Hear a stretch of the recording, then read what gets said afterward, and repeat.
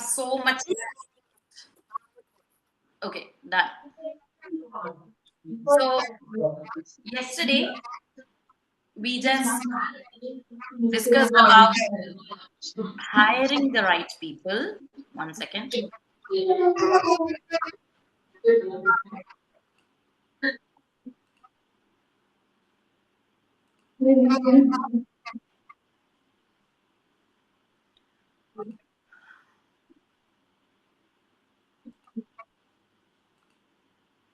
Okay, done. So yesterday we were actually talking about hiring the right people.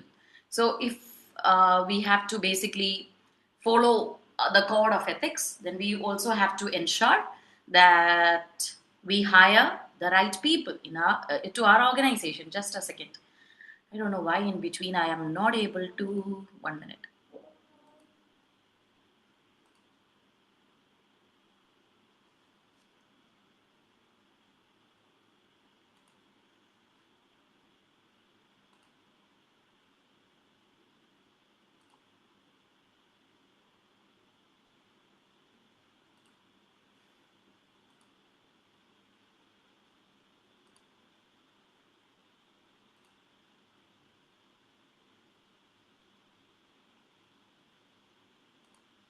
Okay, so guys, I'm not able to see you guys. I hope you can see me. Am I visible? Okay. So basically, I'm not able to. 1 second.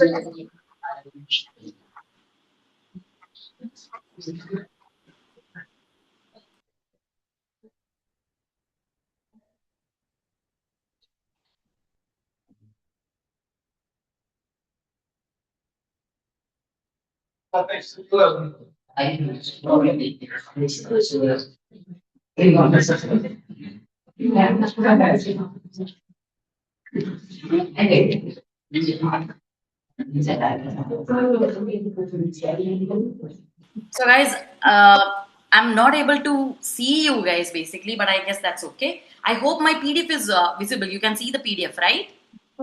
Yes, ma'am. Yeah. So yesterday we were actually discussing about hiring the right people. It's really important that we hire motivated people.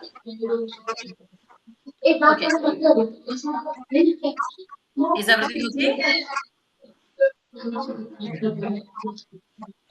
Yes, ma'am. Okay.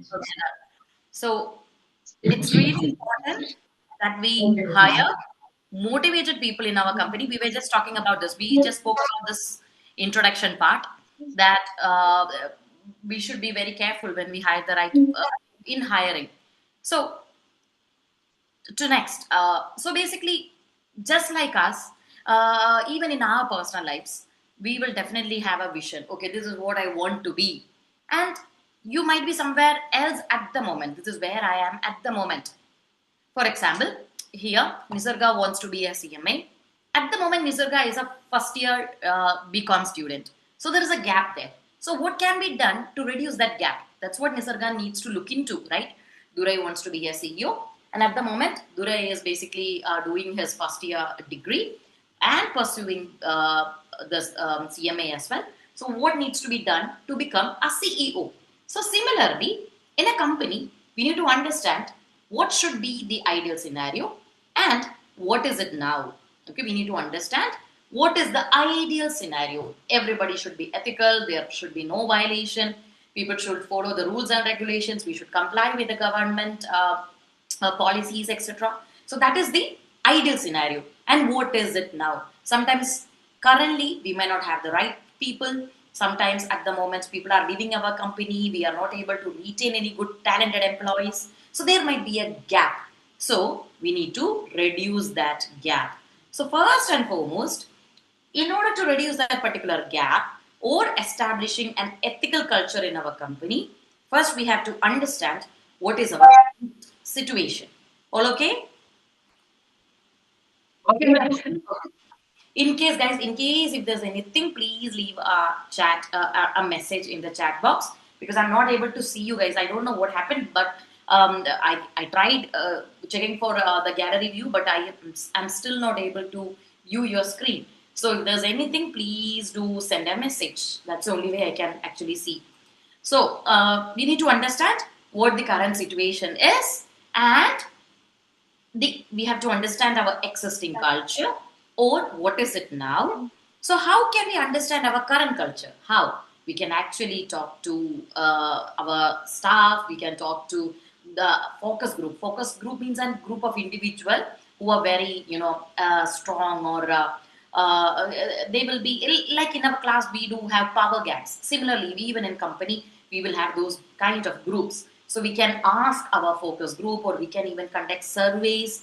We can talk to our employees, we can talk to our suppliers, and then we can understand what is our current situation. That is, what is it now? So once we understand that, of course, we know what should be, what's our goal, we know that, and now we have to take initiatives to reduce the gap. So how can we reduce the gap between what is it now and what should be? Of course, we will conduct training programs. We will talk to the employees. If there is any particular problems or they are facing any certain concerns, we will remove those problems, and we will reinforce our ethics. We will again and again and again talk to our employees about our code of conduct. And at times, the problem might be even an employee or a manager. If that is the case, we will even remove that particular manager from the post. Because whatever is removing, whatever is coming as a hindrance, whatever is coming in between, we will be removing all those things, and then slowly we will actually establish a very ethical culture. So once our values and code of ethics are developed, we should communicate throughout the organization. Management of every particular level should be involved. We should give them training. We should ensure that our staff is well aware about the policies, about the ethics, everything.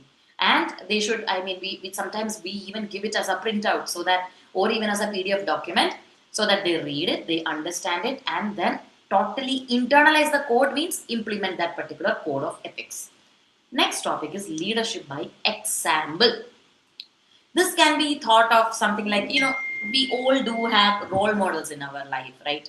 Some of you guys might like Mahatma Gandhi, some of you guys might like APJ Abdul Kalam, you might like even, do you have any such leader in your mind?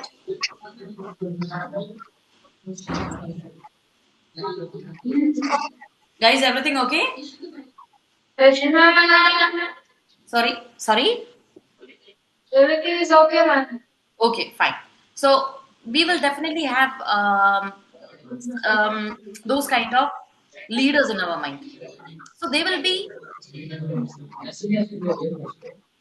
guys, please keep quiet. Even in the recording, your voice will be heard in that case, and maybe it won't be clear. So please keep quiet, or otherwise, you can even mute it. Your mic is actually on unmute. So in the records, your voice will be heard. So, leadership by example means there are certain people who talk about ethics or about values, and they will be following those in life as well. Means they will be our role model in any given scenario. So, leadership by example is defined as ability to guide and direct others towards a particular goal. Means we will have the ability to motivate, to influence our group towards achieving a particular goal. They are known as leaders. For example, you might have seen in many movies, all of a sudden someone will come into picture, unions, where old Rajnikant movies and all that. He might not have a position in a particular company, but even then, because of his traits or because of his ability to motivate others, he will become a leader. So ethical leadership means they will be creating a very ethical culture in our company, and that particular ethical leader will have the ability to motivate others, and also he will have the ability to enforce the norms, policies, values, customs, beliefs, everything, because he is a very good role model. We will like him. For example, Durai, since you are from Tamil Nadu, you might have seen many of these Vijay movies where he will be a common man, a layman, and then all of a sudden he will influence that particular. Literally, Vijay's majority of the movies are like that. He will be like that Rakshakan, the one, the savior, the one who saves the entire, like even in Kati. So basically, those are leaders. So when they have the ability to influence others, and basically they also have the ability to to establish norms, policies, values, etc. So when we are talking about our ethical leader, you have to keep in mind, first and foremost, our leadership sets the good example in a particular company. Means the leader should set the tone at the top. That means leaders, especially when they are in senior positions, they should be very careful. They should be very careful with their actions, and they should have a strong commitment towards ethics and even the internal controls. They should not violate any rule. Imagine at home, our father always keeps talking about honesty, integrity, and all that. And our father doesn't display those traits. If that happens, then we will not even listen to him, right? So, similarly, in a particular company, if the leadership says something, they have to follow that as well.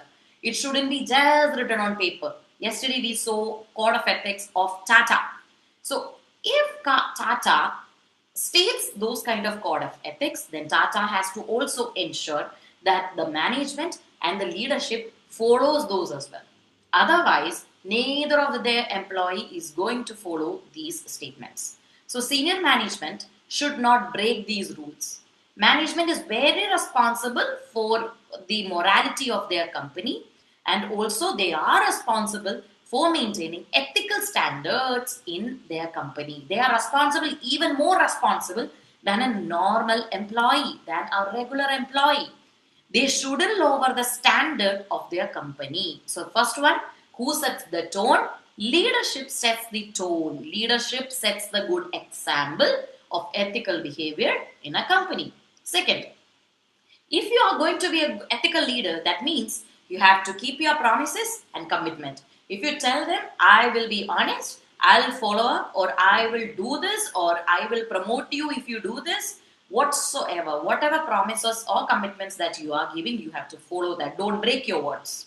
Third, leadership is also about supporting others in following these ethical standards. Means these ethical leaders should support others. Support others means the ones who we are working with in our company, we have to support them. So ethical leaders are not only the senior management, but also the board of directors also falls into the same category.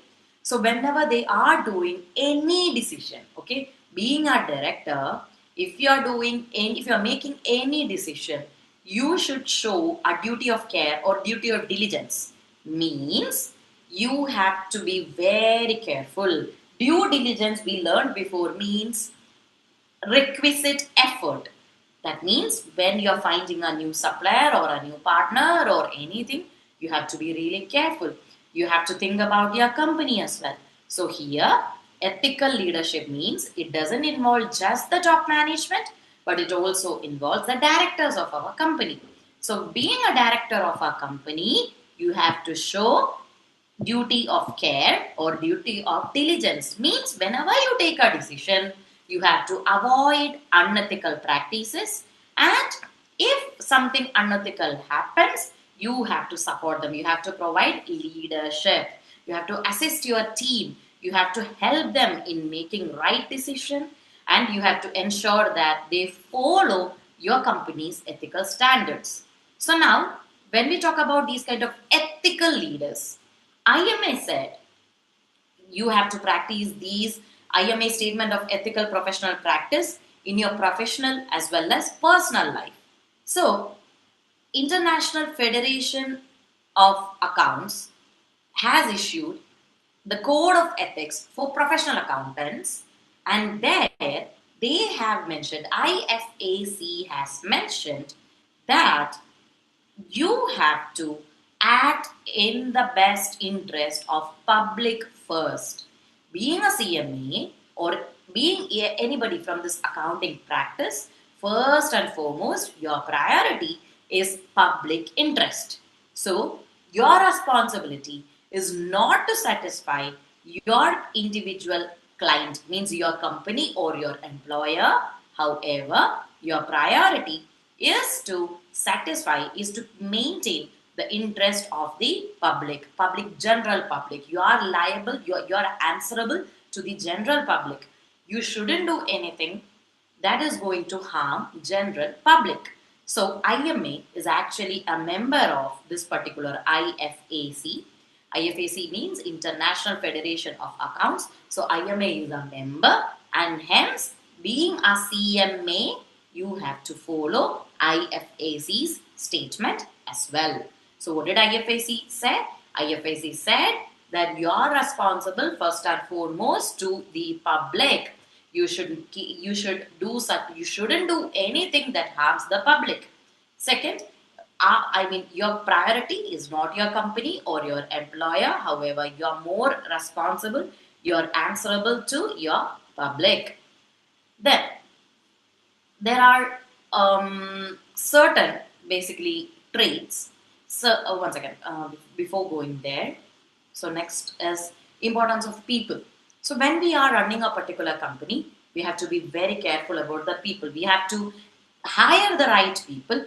We have to start with hiring the right people. Whenever you pick somebody for your company, they should have a strong, for example, you might have seen in North India, there is a MLA who has been convicted for rape for I think 7 or 8 times. He's still a MLA in I think Bihar, UP, somewhere, North India for sure. 7 or 8 times he has been accused of rapes. Do you think, will you pick somebody like that as your MLA? Will you? Will you? I cannot see you guys. Oh, you are on mute. No problem. Okay, sorry. Maybe you can just leave in chat box. Will you hire somebody will you appoint someone like that as your MLA if a particular guy has been accused of rape for 7 or 8 times? Will you make him your next MLA? Will you? Even if you show like this or like this, I cannot see because I cannot see your screen. All I can see is the no. Yes, Santosh, you won't. We won't, right? Especially in South India. South India, we do have certain values and ethics, and we are not compromised. Especially talking about Karnataka, Tamil Nadu, and Kerala. These 3 states will not. It's very difficult. Here, it's not religion. It's more about the people are more driven by values or more driven by our history or we are at our thinking is entirely different from what North India thinks. So basically, here, if that happens here, nobody is going to actually make him an MLA if he is accused of rape for that many times. So here, what they are saying is, whenever you hire somebody, you shouldn't hire these kind of people. You should hire people who have very good standards, who have really strong ethics. And then once you hire them, you have to orient them. Orient them means explain about the company, explain the terms and the policies. You have to orient them and then train them really well as well. And when you evaluate their performance, you have to ensure you're also considering ethics part. You shouldn't evaluate their performance just on the basis of sales. You should also evaluate whether they are good, whether they are behaving well with the subordinates, whether they are eligible to progress to the next level, whether they are ethical, whether they are honest. So what it's recommended is, whenever we are actually evaluating the performance of our CEO, let's say a CEO, we have to actually also evaluate him on a 360-degree level. 360-degree level means we should use not just the sales figure, but we should also use how ethically right he is. We should talk about, we should talk to his subordinates and then take their input as well. We should ask them, okay, what kind of a leader is your CEO? Is he good? He is behaving well with you? Okay, how is the reporting structure, everything? We have to basically evaluate somebody's performance on the basis of not just financial, but also on the basis of these other factors as well. Okay, so we have to do that so that if a particular manager is only focused on results, then he might not even take care of any values. If I'm only behind making money, if I'm only behind making profits, then I might do something illegal to even make money. So we shouldn't do that. We should actually, make profits, but at the same time also think about long term existence of our company. We should also think about maintaining a very healthy work environment. We should also ensure that the right talent, the quality talent, the ones who are really hardworking and motivated shouldn't leave our company. They should stay with us. We have to ensure those as well. So there are a few qualities of a good leader, ethical leader. So guys, what are the qualities of a good leader? Okay, Navneeta. Yes, thank you, Navneeta and Santosh. What are the qualities of a good leader? Can you guys put some in chat box? Let me see. What are the qualities of a good leader?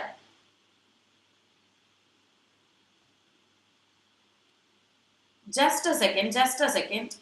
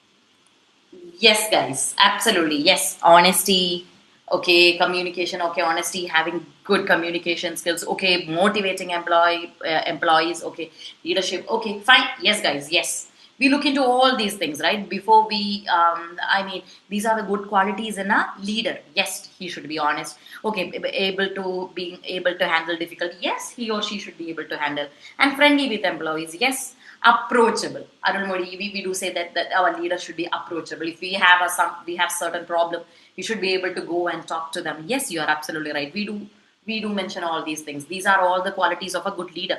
So similarly, for being an ethical leader, we need certain qualities as well. So ethical leadership is a leadership theory that uses ethical concepts. I mean, when we manage our subordinates, or when we not just managing, sometimes even when we are influencing our subordinates, we have to use certain ethical concepts. So there was actually a book known as Service to Servant Leadership. Okay, servant leadership. This particular book was written by Robert Greene. So he said, and if you want to be an ethical leader, you should also incorporate servant leadership. Servant leadership means when our team is down, when they are, for example, if Nisarga is a, let's say Nisarga is a CEO, okay, and then one fine day, Navneeta is very down, okay, Navneeta is working with Nisarga, and then Navneeta is very down. Then Nisarga will actually go talk to her, ask her, okay, what happened? Are you all right? Do you need any help? And if Navneeta needs any help, Nisarga will help her then. Okay, she will not think about, oh, I am a CEO, I shouldn't do all these things. She shouldn't have those sort of a head weight. Instead, she will go talk to her and help her. She will be like, it's okay, Navneeta, if you're feeling down today, let me just help you. Okay, you want this particular, okay, and then she will come into, she will help her. So those kind of leaders are known as servant leadership. So as per this book, service to followers is the primary responsibility of a leader and the essence of ethical leadership. That's what Robert Greene mentioned in his book. Service to your follower is your primary responsibility and the essence of ethical leadership. So, what are the traits of an ethical leader? First, the ethical leader should have integrity. So, what means whatever principles we are seeing, we should stick to those principles. We shouldn't change our principles or compromise on our principles for anything. Second, you should be honest. In order to be an ethical leader, you should be honest. You should be upright. You should be sincere. You should be frank. And you shouldn't do anything fraudulent. Ethical leaders means you have to convey facts very honestly. You should speak, without hiding anything. You should be honest. You should be dependable. Next, trustworthiness. Trustworthiness means we should be able to trust you guys. You should show consistency. You should be credible. You should be predictable. Predictable means if we do something wrong, this is how you will respond. You are not going to give any partiality. You should be honest and sincere and very straight. Next, conscientiousness means you should be careful. You should be very alert. You should be vigilant. If, I mean, of course, our ethical leader wants to succeed in his role, so he should be very careful and conscious. Okay, he or she should be doing the right thing. You should be careful in doing the right thing. Don't do anything that is going to damage your reputation. Next, inclusiveness. Don't accept, values or opinions or ideas from everybody. Don't be partial. Treat everybody equal, and then we should listen to everyone without judging them. Okay, inclusive means include everybody. Inclusiveness means include everybody, irrespective of their gender, irrespective of their caste, creed, nationality. We should include everybody. Means from any background, you should be like, okay, we should be able to include. We shouldn't differentiate, or we shouldn't feel like, oh, just because this particular lady is a girl, she shouldn't be promoted. You shouldn't think like that. Everybody should be treated equally. Next, accountability means you should be answerable for your decisions. You should take responsibility for your decisions. If you do anything wrong, you should actually take the responsibility. Consideration means you should consider your decisions, you should consider all your actions, and if any of your decision is actually going to harm someone, you should actually think about it. You should don't cause any sort of harm. If an ethical leader will treat subordinates and other stakeholders with fairness and honesty. Next, humane. It's not human, it's humane. Humane. Humane means your ethical leader has to be kind, and you have to do things that's beneficial for the entire team. Humane means kind, considerate. You have to think about others, about the society. Next, focus on team building. Ethical leaders actually concentrate on building our team. It's not just about our person, it's about our entire team. We are going to put effort and we are going to succeed as a team. Next, consistency. If I'm saying no to a particular person, just because this is the rule, then I should say no to the other person as well, whoever breaks that particular rule. Our decisions should be consistent. Don't change your decision just because the other person is your favorite. You shouldn't do like that. Okay, whenever we treat our subordinates or stakeholders, we should be consistent. Authoritative. Authoritative means you shouldn't be autocratic. Who is autocratic leader? Autocratic leader is somebody, if I say like, okay, so, Sounder, you have to do this. And then Sounder has to do that. If he breaks, then he is out of my team. Autocratic leaders means they will say, and then you have no other option. You can't even talk to them. You can't even give your input. You have to just follow that. Those are autocratic leaders. But democratic leaders will give you the space to give your input as well. If you have some concern or if you want to talk about something, you can talk to them. So here it is not autocratic. Here they have mentioned authoritative. Authoritative means whenever you are taking a decision, collaborate. Ask input from everybody. If they have any valid reasons, do consider that as well. A leader will take the final decision, but you will consider others. You will ask them, okay, what is your opinion on this? If you ask, they will feel empowered. If I ask, okay, if I'm doing something, and then all of a sudden I'll go and ask Dure, what do you think about this? And Dure will feel empowered. Dure will feel like, oh wow, she asked for my opinion. She should value me. She might value, she's definitely considering me as a valuable asset. That's why she is asking for my opinion. So we should make our team feel valued. Next, encouraging initiative. Whenever you're doing something amazing, whenever you're doing something new, we should encourage you guys and reward you as well. And even if you make mistakes, it's okay. Let's do it again. Don't just shout at you and ask like, what bullshit is that? This we shouldn't ask like that. We should encourage. Next, respectful. Ethical leader should listen to their team, value their contribution, be compassionate, and even consider values. Even if we are having opposing values, we should consider that. Like if I am saying yes and my the other person is saying no, even then at least ask why. You can say no or you can say yes without being rude. You can treat them with respect. So you have to be respectful. Next, good listener. You have to listen to them. You should, our employees should feel okay to share good news as well as bad news with us. They shouldn't have a problem with, they shouldn't be afraid of us. They should come and talk to us. So we should be a good listener. Next, personally moral. For example, I'm a leader. At office, I'm like, okay, you have to follow this, follow that. But just like the last day when we practiced one of those questions, wherein the guy after his work hours was doing narcotic sales, that person is not personally moral. So we shouldn't be ethical leader is personally moral as well. Means even in my private life, I'm moral. I will be ethical. Next, give credit where it is due. Means if one of your teammates does something really good, appreciate him.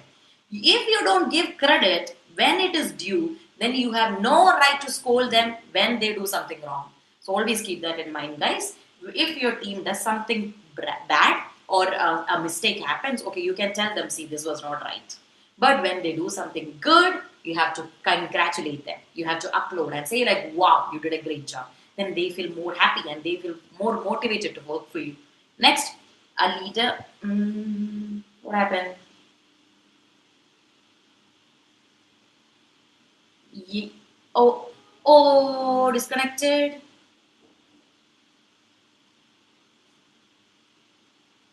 Oh, oh, what happened?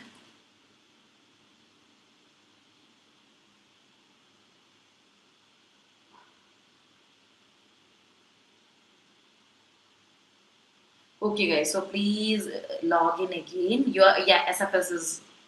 It's okay. Please log in. Take your time.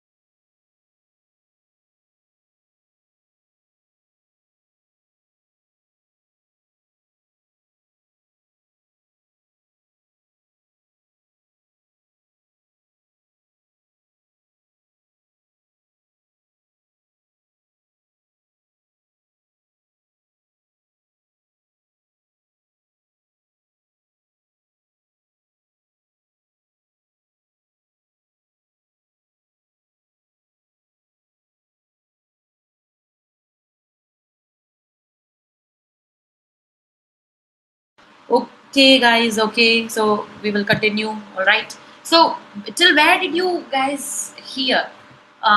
Were you guys with me till give credit where credit is due? Did you guys hear that part? That point? Give credit where it's due. Did you hear that?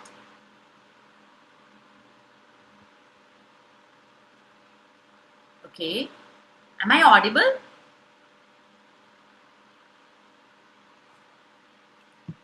Am I audible? You guys are on mute, so I can't hear. Can you please? And neither I can see you guys. Am I okay, fine. So, did you hear this particular? Okay, done. So, did you guys hear this particular part? Give credit where credit is due. Did you hear that?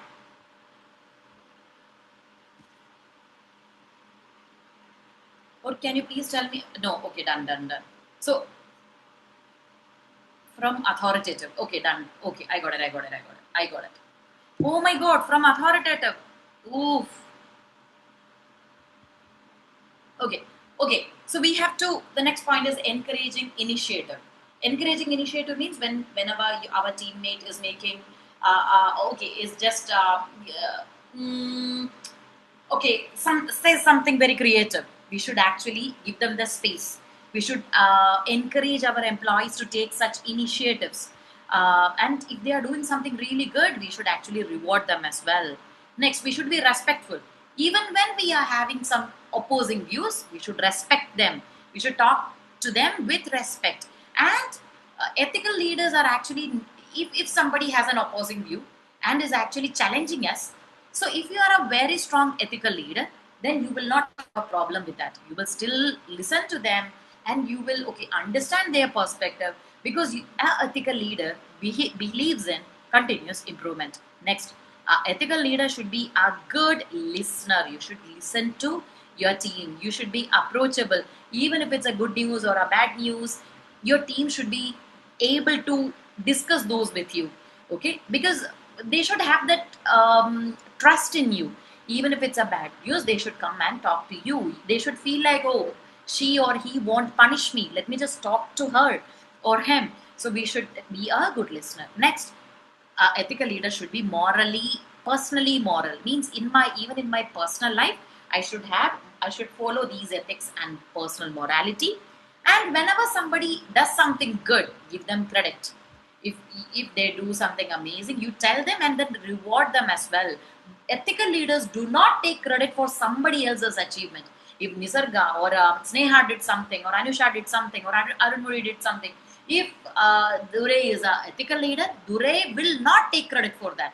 Dure will say like, oh, my teammate Anusha did it, or Sneha did it, and he will give credit to her. Next, an ethical leader is going to be objective, fair, and just. Means objective, no partiality. He will basically, he will treat everybody equally. He will be fair. He or she will not have any personal favorites. Next, courageous, will not be afraid of anyone. Will not, he or she will have the guts to take decisions. And even if sometimes things are not going in his favor, he will still take his decisions very courageously. Yesterday we learned about groupthink. If somebody, if that exists in a particular company, even then our ethical leader will be able to manage. Just a second, 1 second.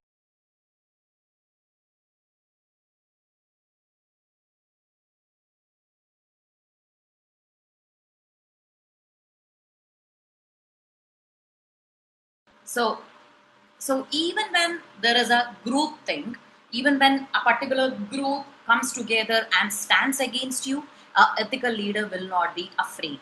Next, ethical leader will consider the organization's interest than our own personal interest. We will be worried about the organization and we will not be driven by money, or we will not be thinking more about our personal life or our benefit. No, we will be thinking about our company as a whole.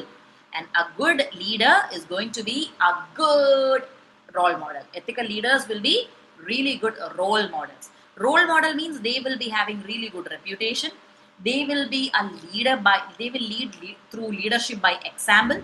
Even during the job or off the job, he or she is going to follow these values and ethics and behave accordingly.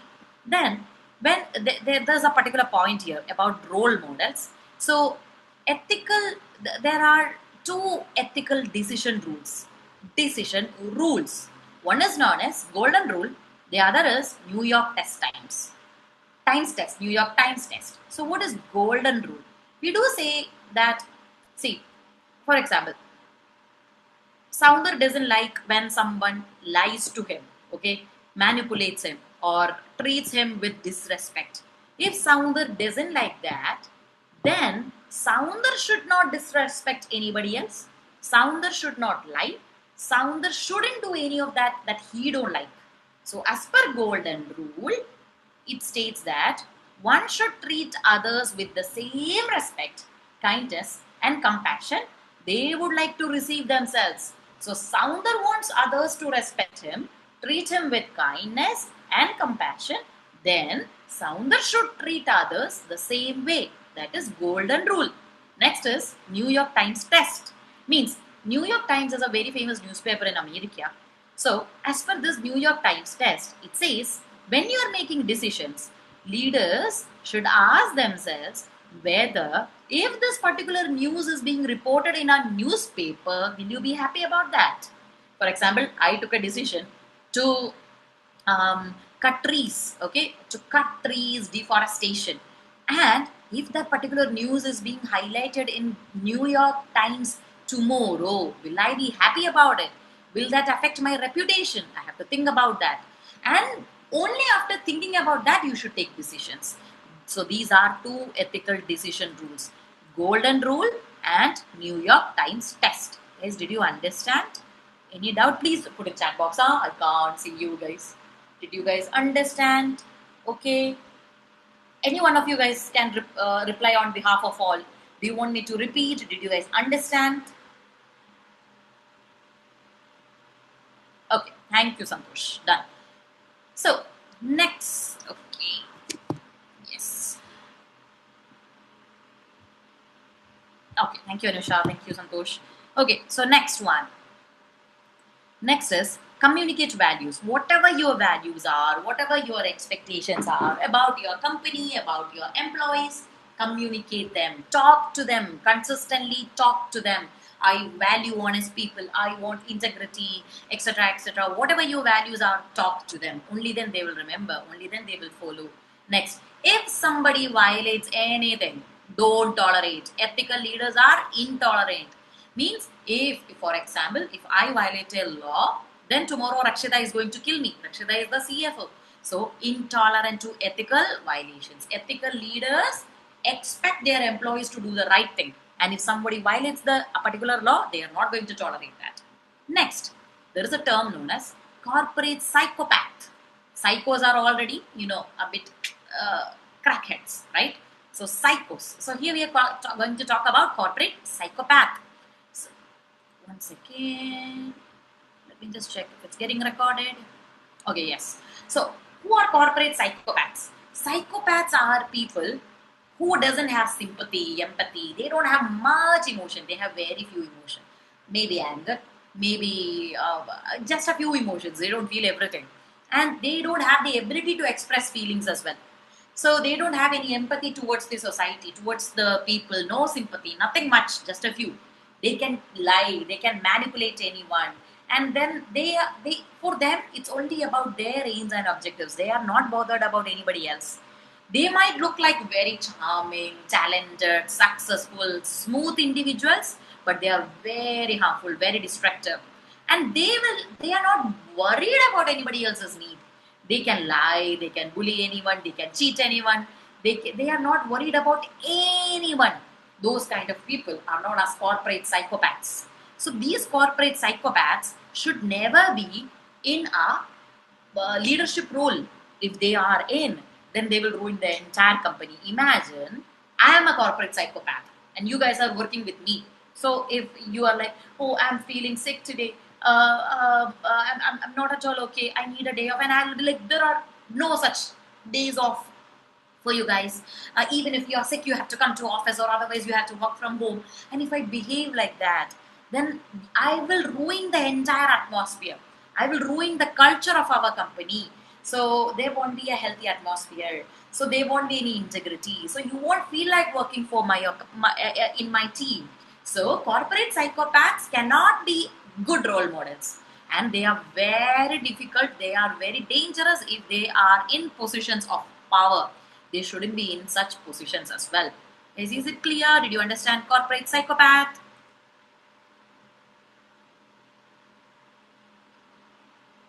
Psychopath. Okay.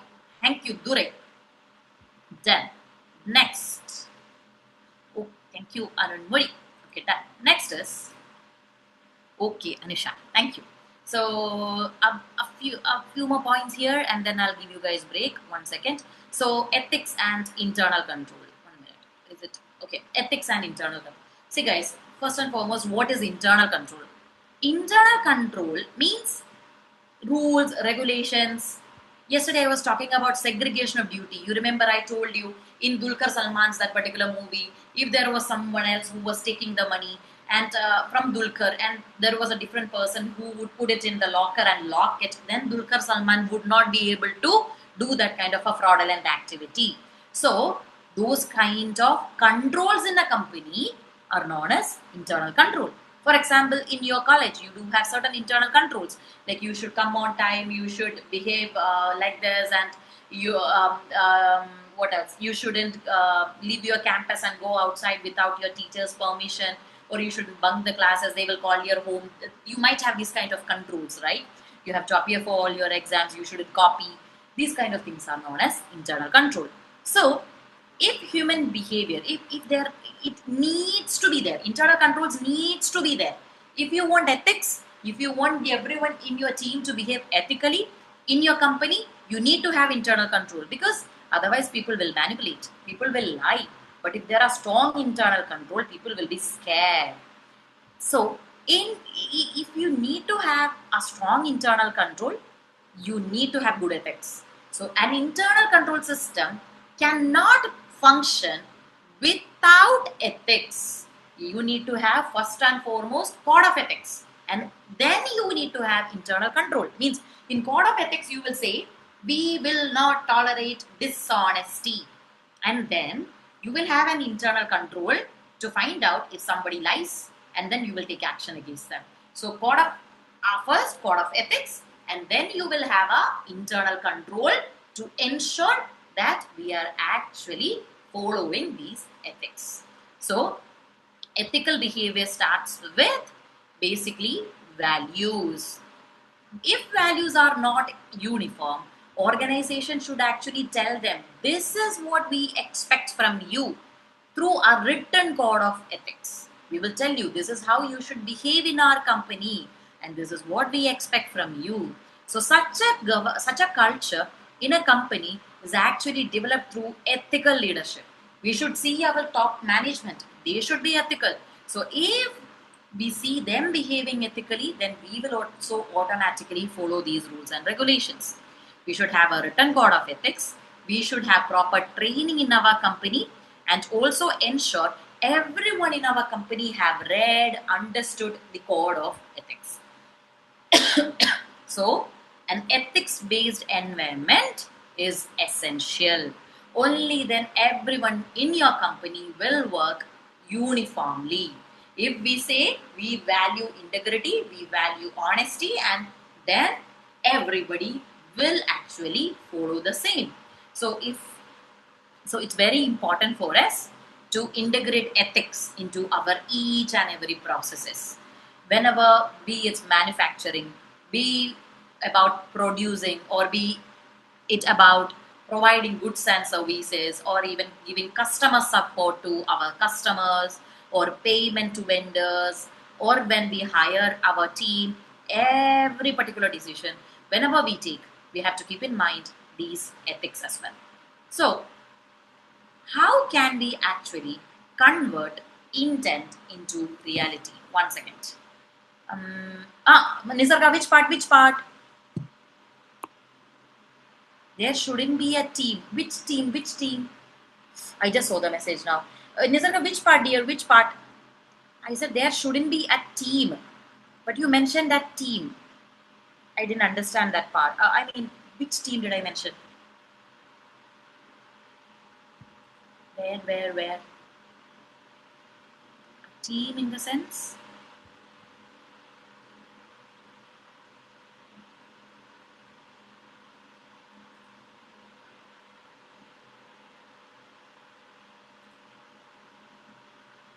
Um, communicate values. Okay, Nisarga, communicate values. Communicate values means we have to talk about our values. Communicate means, okay, we have to see, we have to educate our teammates about our values. We have to tell them, okay, we follow honesty, integrity, respect, these kind of values, and we have to ensure that everyone in our company understands the same and follows the same. So we have to regularly discuss these values with our team. So since childhood, your parents always used to tell you, right? Don't lie. You should value money. These kind of values they kept saying again and again and again. So when they do that, then that gets kind of ingrained in your brain. So you have to constantly communicate. Which team, Durai? Where? Which part? 1 second. About the team.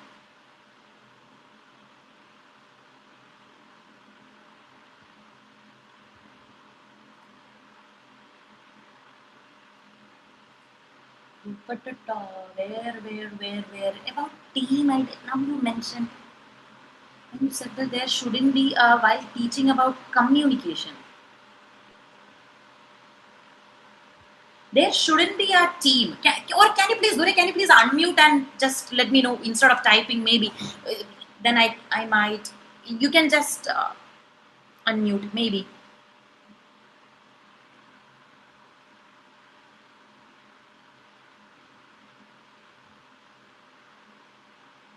And Nisarga, is that clear?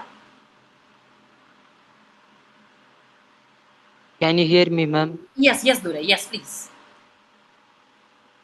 Ma'am, when you were talking about CEO and the employees, Yeah.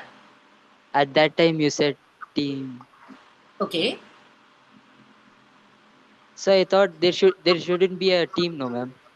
A team. There shouldn't be a team of You just said team. Ma'am. That's it. team. Dure, you can even maybe you can just talk to me in Tamil as well. Maybe that's fine. Maybe I can understand that better. What is the question? Team in Puriyala.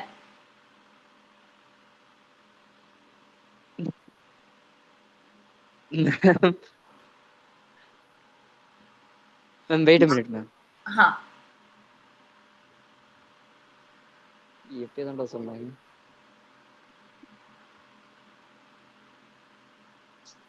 Ma'am, can you scroll there? Scroll. Okay. Sure. Where about communication? I think it's the same point that is it here? That cultural development through ethical leadership. 1 sec. Cultural development through culture is developed through ethical leadership. Okay.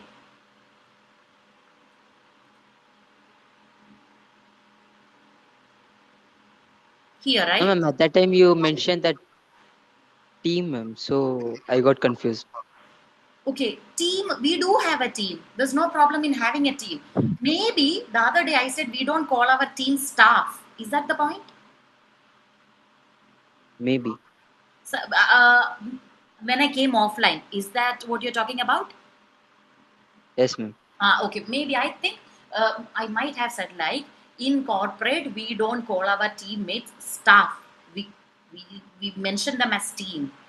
Maybe you got confused there. I'm not sure. So here I'll just repeat the point. Maybe you get clarity. So here what is mentioned is how do we implement such a culture? So managers actually at every level of the organization they should actually talk about their expectations to their teammates, and then they have to use training and ensure that everybody in your team have read, understood, and implements the code of ethics. They should index, they should actually make it a process, and then they should include this code of ethics training for every single employee in your company. I I hope that's clear. If you still didn't understand, maybe you can just leave me a WhatsApp message and just explain that particular part, and then I'll help you there. I think that's better because I still didn't understand which part you're talking about, because I really forgot what I said. I have a pathetic memory. I know I forgot what I mentioned where and what was the context. That's why. You can just leave me a message. Okay?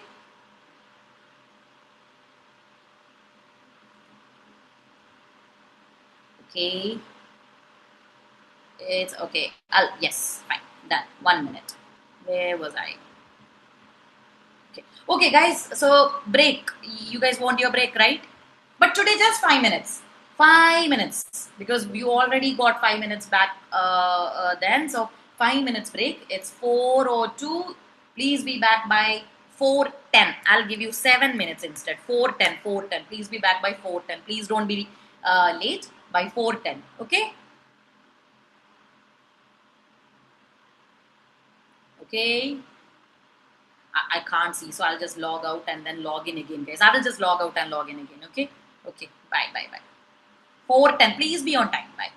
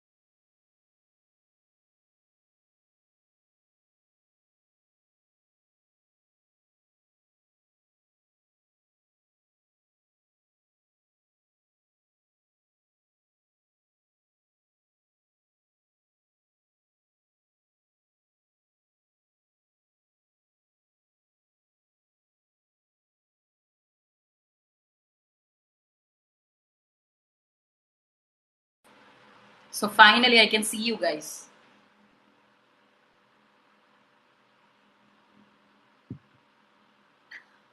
Perfect. Who's the one who zoomed?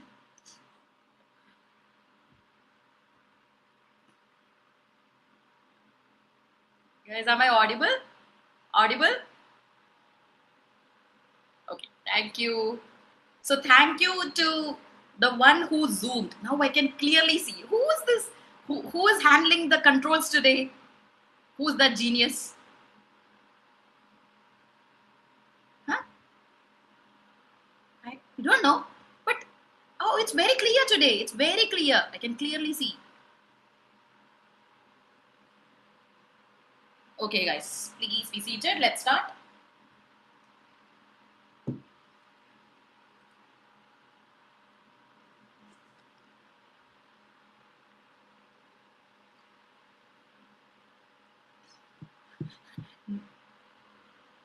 Everyone was handling, but don't. I'll kill you. Don't. It's okay. You guys handled it really well. Let it be. Now I can see every face, okay? Last time I couldn't. I can just see there's 4 people in between. That's it. Yeah, Nisarga, I can see your hand. I can see you really well. Okay. Yeah, Arun Modi. I can, yeah. Fine. Now, perfect. See, who did I think whoever handled the controls, thank you. I don't know. Let's see. Okay. So, guys, let's continue.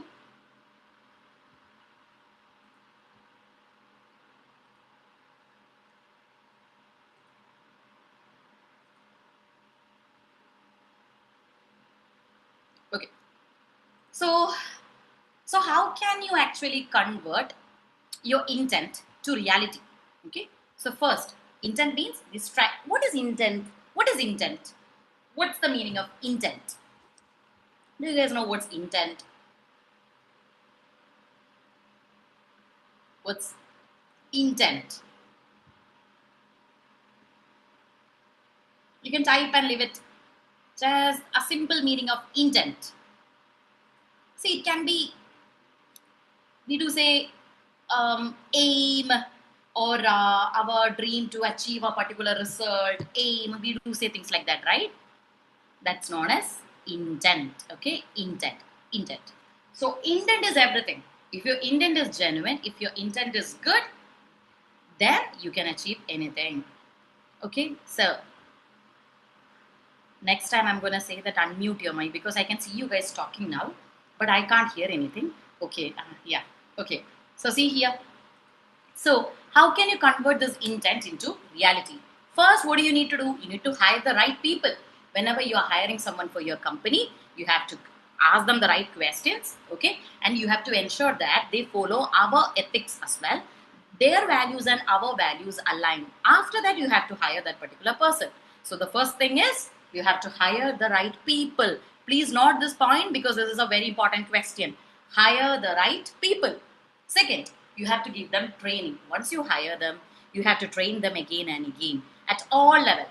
Training should be given to everybody from the top management to the bottom level. There should be continuous training. Higher managements should be sent for training as well. So they should be put in real life situations and then we have to give them training. We have to monitor whether they follow the code of ethics, okay? And then when there is an issue, we need to take the right action. And then if somebody takes any wrong turns or somebody does something wrong, then we have to even give them penalties as well. So there should be trainings. And we have to update this training very often. Whatever training we provided last year might not be enough this year. So we have to repeat the training again and again. And if any changes happens in your company, you have to retrain. For example, AI was not there in picture till last year, till 2 or 3 years back. But now we are always talking about artificial intelligence. So you have to train people with regards to data, assets, online behavior, these kind of things as well. So training should be updated and repeated again and again. Next, you have to build ethics into work behavior. Means there should be high level ethical statements. I mean, how are you supposed to behave on a day-to-day basis? That should be clearly mentioned. on day-to-day basis. From the time you join the company, I mean in the morning till the time you leave our office, how are you supposed to behave? So there should be ethical statements about your day-to-day responsibilities. Fourth point, ethics should be incorporated into our work management. Means whatever the organization should do whatever it says. If I say I will do this, that particular organization have to keep their word.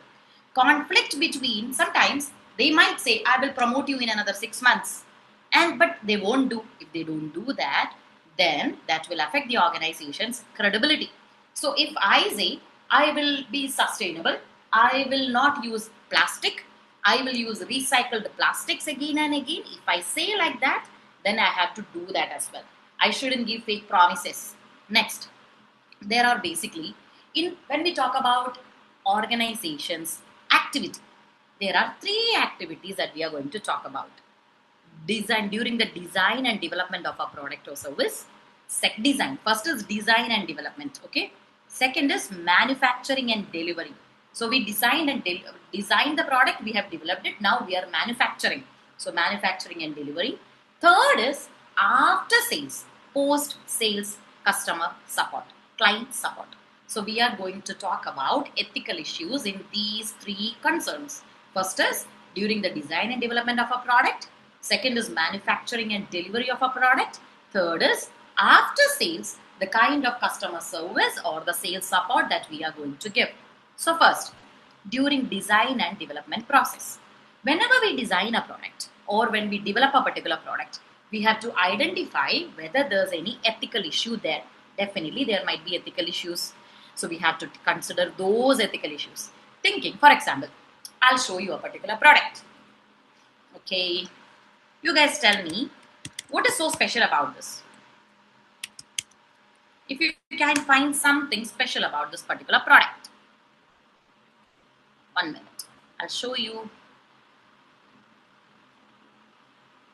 Have you seen this brand somewhere? Anomaly? Have you seen? Who owns this brand? Any idea? Oh, finally I can see you guys. Oh, yes, you haven't seen. So you have definitely no idea who owns this brand. This brand is actually one of the major seller in USA. And it's actually owned by a famous celebrity from India, an actress. Can you guess who that actress is? You guys know her. It's a lady. She's a lady. Honor is a lady. Why am I not able to? Okay. A lady. Any idea who owns Anomaly? Okay, I'll give you the right answer. That's Priyanka Chopra. Okay, this is Priyanka Chopra's own brand. 1 minute. 1 second.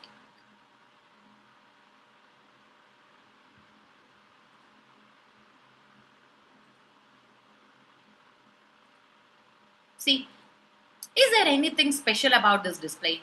Can you guys see anything special here? Anything special in this packaging? Anything?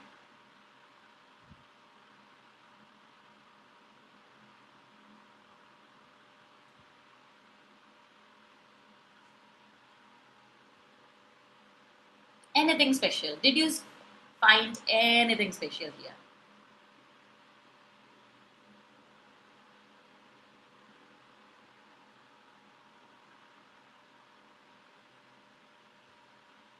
Oops, sorry. Zoom. Okay. Okay. Let me see if I can zoom further. This is the maximum zoom I have.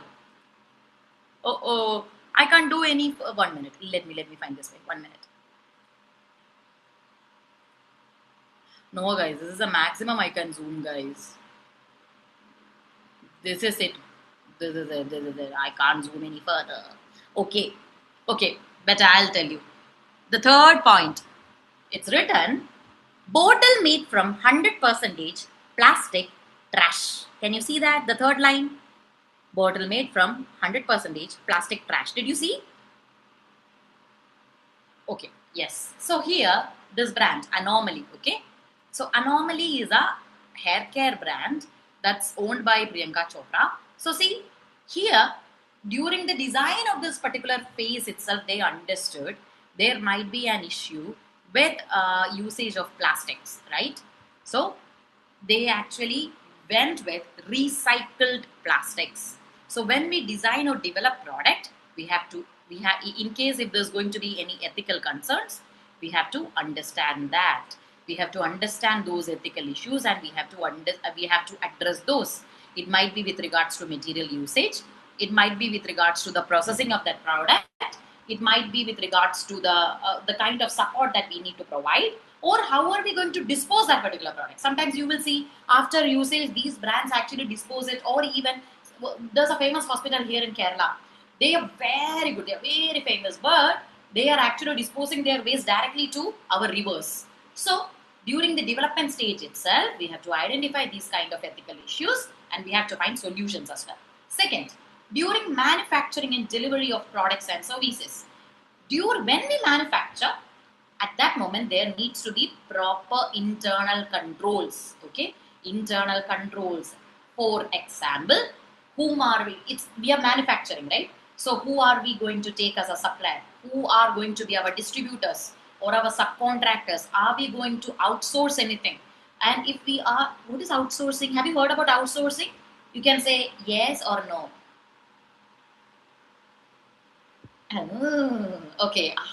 Okay.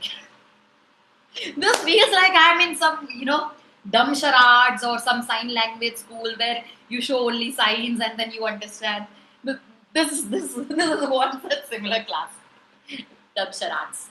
In India, during when I was a kid, Doordarshan, we used to have a channel known as Doordarshan. You might have heard about Doordarshan. I think every day 2:30 or so there used to be sign language news. She will only show signs. And those used to be for people who could neither hear, who couldn't hear. So similarly, it's always like this. Oh yes, that's it. So here we need to have outsourcing means. For example, I'm running a company. Okay, I'm Unilever, but I don't have a proper human resource team. So what will I do? There will be human resource consultancies outside, right? So if I want a particular staff, I will tell them, hello, can you please hire for me? These are my requirements. Okay. And then that consultancy will hire a person, will find many people for us. They will source the CVs, they will post it online, they will find many people and then send those CVs to us, selected ones, the good ones. They will send it to us, and then I will conduct interview. First level of interview will be done by them. Then for the second round, they will come to me, and then I'll ask question and I will pick them. So initially, all those, I don't have to get involved in everything. So outsourcing means you will just delegate those to somebody else. They will do it for you. That is outsourcing. Clear?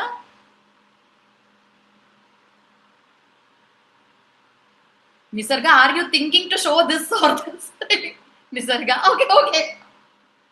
Nisarga was like, shall I show this or this? You okay, Nisarga? Okay. Okay. So when we pick the suppliers, subcontractors or distributors, we have to think about the ethical issues there. There needs to be proper controls. Second, when we process the products, for example, how are we going to prevent theft of a product? Or in case our customers turn out to be fraudulent, or how are we going to have internal controls in this regard? Or in case in future there's going to be anything illegal negotiation with a particular client, then what kind of controls will we have? Or if in future if we end up with any fraudulent transactions, how are we going to deal with it? Then these are, you don't have to buy hurt all these things, huh? I'm just saying you don't have to buy hurt everything. No need of that. So how are you going to handle waste?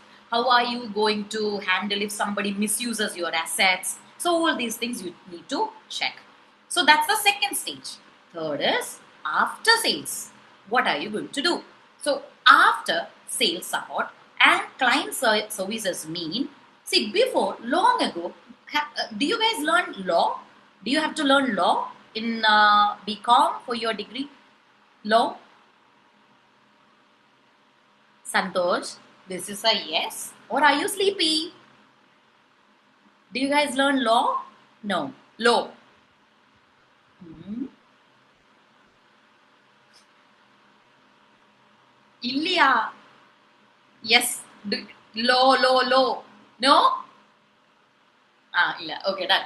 So basically, long ago, before, in law, basically, there's a statement called caveat emptor. Have you heard about this? Caveat emptor? No, I don't think you have heard about it. So caveat emptor means let the buyer beware. Means if you go to a particular store to buy something, being a buyer, you have to be careful. You have to look into the product. See, for example, I want to buy this. Okay. And then I have to look into the product. Okay. So I have to look into this product. I have to check the quality. And I have to be beware. Means I have to be careful when I buy this particular product. If there is any fault or any issue, I have to be careful. That's caveat emptor. That used to be the policy long before. But now, what we believe is customer is the king. Means if anything goes wrong, if there's any concern, customer needs to be prioritized. We have to take care of the customer. So if during this post sales support, we have to continue supporting the customer even after selling a product. That's why they are giving you warranty, guarantee. They will come for maintenance. If you buy a washing machine, they will come to your home, fix it for you. If you have any problem, they will again come to your home, repair it for you. They do come, right? Whirlpool or Godrej or all these brands. Have you noticed? Yeah, right. So that is post sales support. So, and sometimes you might have heard about cough syrup that from recently from Tamil Nadu, and then kids drank and almost 30 kids passed away. You might have heard. Yes, Sneha have heard about it. Have you guys heard about it? A cough syrup. There was a cough syrup and 30 kids passed away in India. Yeah, you remember? So when those kind of issues, Nisarga, read newspaper, Nisarga. Okay, sometimes newspaper. Okay, yes. So basically, if there is such issues with a particular product, you need to recall that product. Recall means immediately stop the sale. And recall means you have to stop the sale and take it back to the warehouse. So when such crisis occurs, like a defective product, management and accounting and finance professionals should balance. You have to actually consider the company's ethics code and protect the interest of your shareholders. Okay, and see, in that cough syrup's case, that shouldn't have happened. That's totally unethical. They should be extremely careful because these are babies, little babies, who are consuming this particular product. So we have to be very careful. You should balance what our ethics says about. I mean, we have to protect the need of the shareholders, and at the same time, you have to also prioritize the society at large. Next point.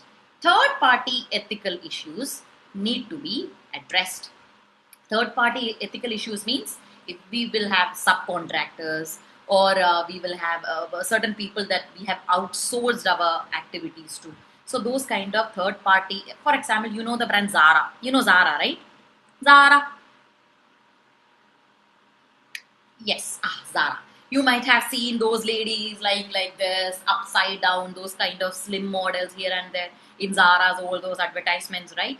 So Zara's products used to be manufactured in China, okay? In China. So not just in China, throughout, they are present even in Bangladesh, they manufacture Zara, even in India we manufacture, but it used to be manufactured in China. So Zara is not directly manufacturing those clothes, right? It's a subcontractor that's manufacturing for Zara. Then what happened in China is that they actually, child labor used to happen. Do you think that's right? Child labor is okay? No, right? And then even people were pressurized to work long hours, all that. And Zara came to know about that. And basically what Zara did, Zara cancelled those subcontractors. So, see, we have to, when we give these kind of contracts to a third party, we have to ensure they follow our code of ethics as well. They shouldn't violate either. when we select these kind of subcontractors, we have to be very careful because even they can ruin our name.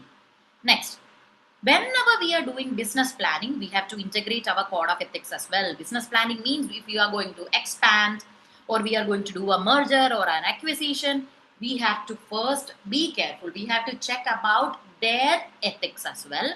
We have to ensure they are similar to us, they have the same values. Business planning means whenever you go for mergers, acquisition, these kind of things. Because once you merge, though their employees will come under you as well. We are going to work together, right? For example, if SFS merges with another college, means though their staff will also come to SFS, right? So then we have to ensure those staff also have similar ethics. Otherwise, there's going to be a clash. So we have to be careful. Next, knowing what to do when there are no procedures to follow. So employees, when they don't have a particular procedures to follow, they basically use their knowledge, okay, of our principles, of our organization's principles. So there needs to be a proper ethics policy. In case of a strict law or not a law, in case of in absence of a strict principle, what are you supposed to do? There it should be clearly mentioned. So these are the ways through which you can actually convert intent into reality. How you can convert ethics into reality? First is you have to hire the right people. Second, you have to train your employees. Third, you have to include this ethics into work behavior. Fourth, even in work management, you have to build ethics. Means if you say you are going to do something, you need to do that. Then fifth point was what was it? Third party. Whenever you outsource or you give any subcontractors, you have to be careful. They need to have ethics as well. Six, whenever you go into mergers, acquisition, whenever you do these kind of business planning, you need to have code of ethics. Seven, these ethics should be properly written, and then when there are no procedures, we should know what to do. So these are the 7 ways. If we do it properly, we can convert our values or code of ethics into reality. Clear? Clear? Are you guys really understanding? Or simply doing like this, huh? Tell me the truth. Do you guys have, if you have any doubt, please WhatsApp me. You can leave a WhatsApp message, okay? Don't feel awkward or feel bad or anything. Just leave me a WhatsApp message, okay? So next, I'll finish this point and then okay, 10 more minutes. We have 10 more minutes. I think, let me see if I can.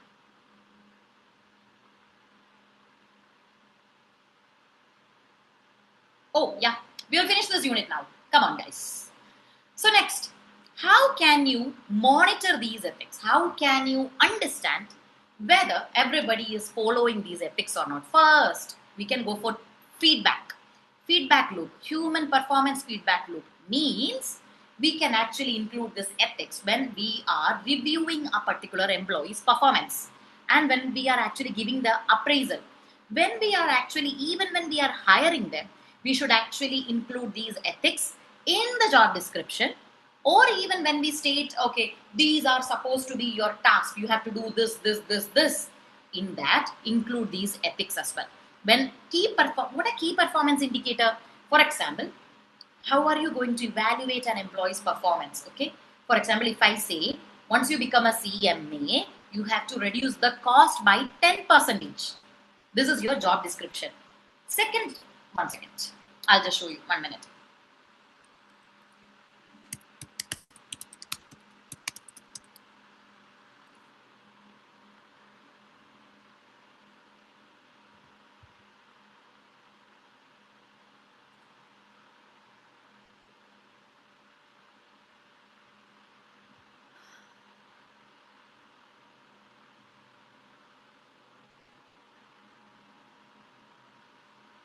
See, this is actually Naukri's website. This is actually, share this tab instead. See. Okay. If you see here, job description, okay? Key skills, I didn't like this. 1 second. Okay, see here. Job description. See these job responsibility, financial statements, audit coordination, accounting standards compliance, real estate specific compliance. Okay, these are the job description. So, in this, we will also include ethics. We will also mention here. So, when we check your performance, once you apply for this job, you will be selected to this particular company, and they will be evaluating your performance on the basis of these responsibilities. If you are fulfilling these responsibilities, they will give you better scores, or they will give you appraisal, they will promote you. So when we are doing this, we will include ethics as well. We will include honesty, integrity, these kind of ethics as well. We will evaluate you on that basis as well. Clear? Clear? These points are known as key performance indicators. See, if you achieve these, they will say, okay, you have performed well. So these are known as key performance indicators. So here, one second. Key performance indicators should include quantitative tracking of employees against ethics training. Means you have to actually undergo ethics training as well, along with other quantitative performance evaluation. So first is human performance feedback loop. Means we will include ethics training into your feedback. Second, surveys. I can ask you guys, okay, how do you rate our organization? I'll just come and ask you. If I'm working for SFS, I'll just come and ask you. So, how do you rate our organization? We can ask you guys directly. I can conduct a survey, and you can even give me anonymous responses. So, we can evaluate that way as well. So, based on your understanding, you will give, okay, 5-star, 4-star, 3 stars, you can do that. Third, we can actually include hotlines and whistleblower. This we already learned.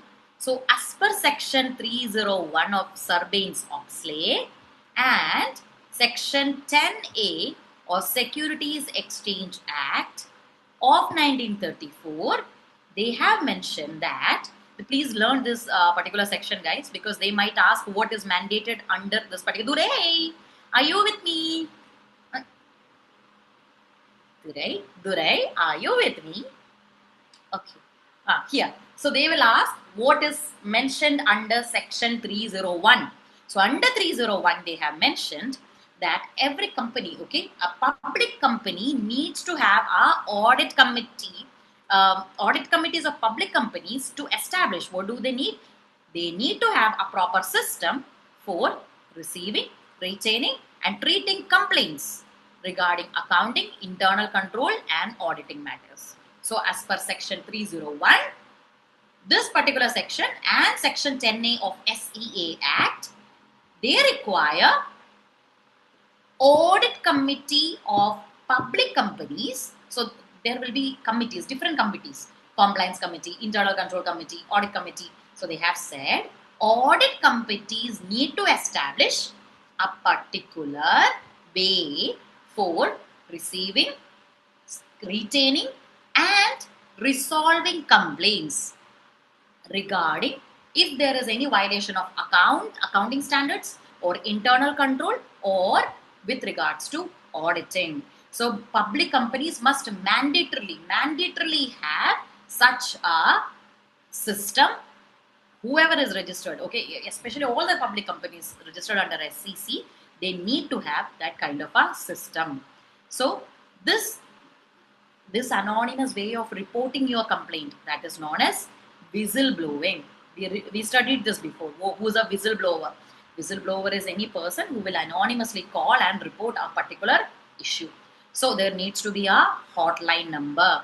And Sarbanes-Oxley said it is totally illegal if we take any action. I mean, just because Nisarga called your class teacher and said, okay ma'am, in class these kind of things are happening in class, the company cannot take any action against Nisarga just because she reported.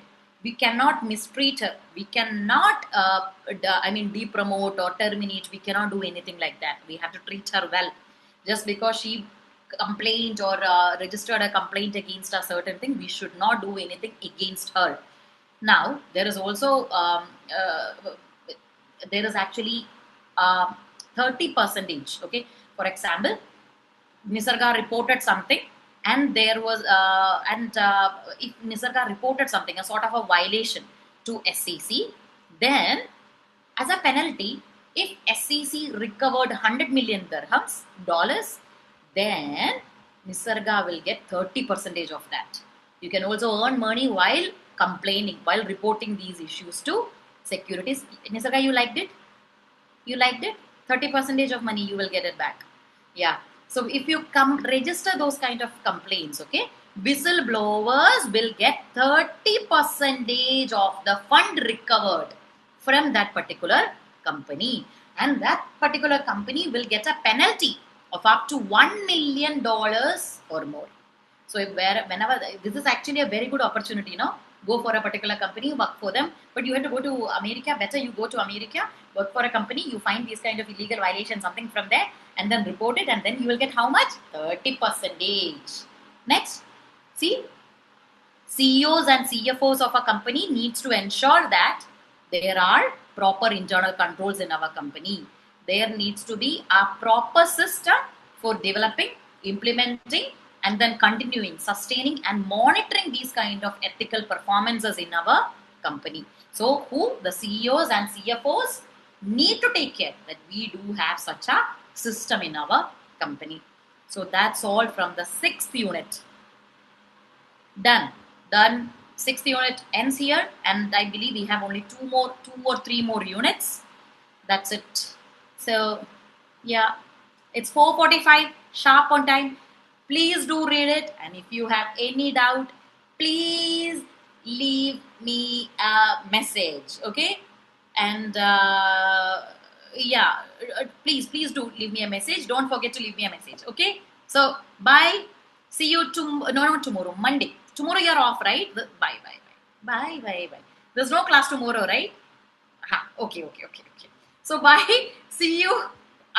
See you by Monday. Bye. Take care. Have a great weekend. Bye.